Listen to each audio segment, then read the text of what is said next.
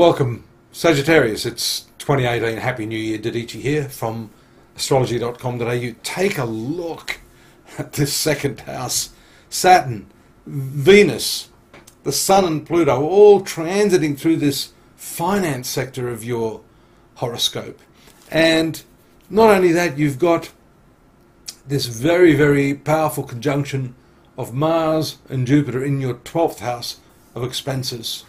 Now, the sextile aspect between these planets and the ones here in the finance area are interesting. This can give you a false sense of security, actually.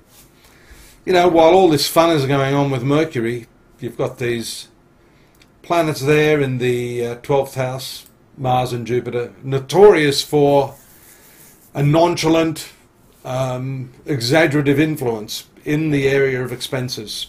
So it can show that you're being more fiscally prudent with the placement of Saturn in this second house. But no doubt Pluto is really doing its thing and transforming your attitudes to money, to wealth, to the way you earn money. So don't be silly. Hold on to your money even if you feel as if you've got enough. And look at that, you've got such a large cluster of planets down here. Venus, Sun, you have Mercury there also at the latter part of January. And on January 31st, what is significant, there's a couple of things. Mars moves to your sun sign, and then you do have the very powerful eclipse of the transiting moon through your 9th house. So the 3rd house and the 9th house are then activated. Look at the challenging aspects. These red lines indicate the squares and the opposition, 90-degree aspects here to Jupiter. 3rd house is travel, 9th house is travel. These are contracts. But Mars makes you a little impulsive, so be careful through this period. As you may, do things you regret later. Things continue here and move through to this 4th house of your horoscope, February and March. Let's speed things up a little bit here. They go through this 4th house and then into your 5th house of love affairs around March. This is a creative aspect of your horoscope. It's the area where you are likely to feel a little more connected to your inner self.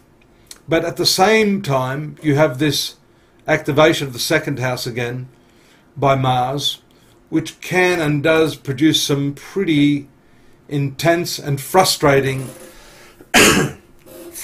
elements to your life. Mars is pretty much the accelerator, whereas Saturn is the brakes.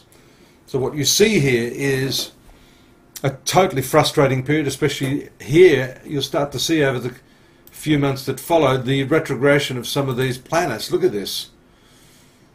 Saturn retrograde, Pluto retrograde, Mars retrograde.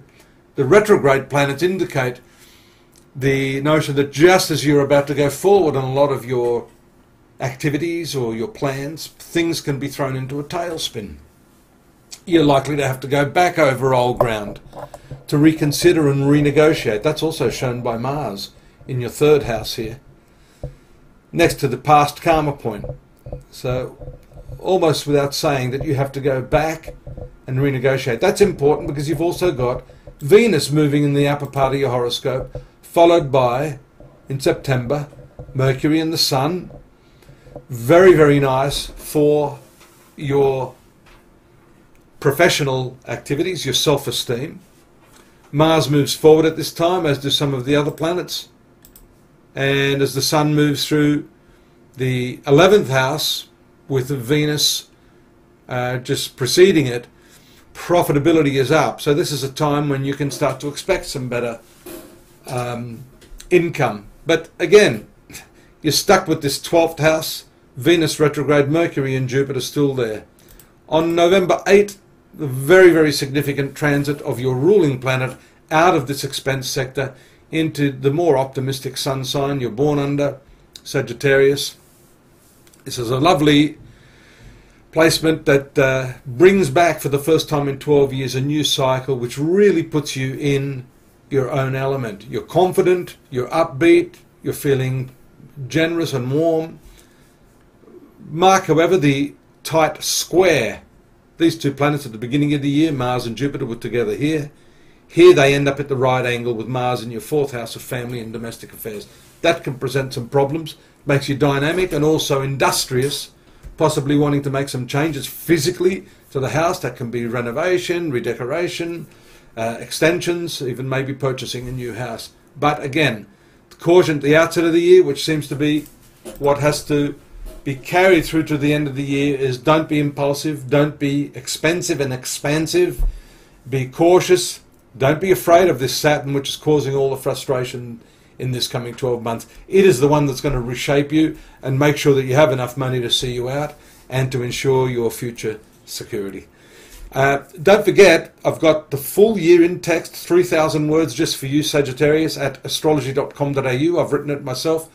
For you, you're more than welcome to come in there, check that out. Absolutely no charge.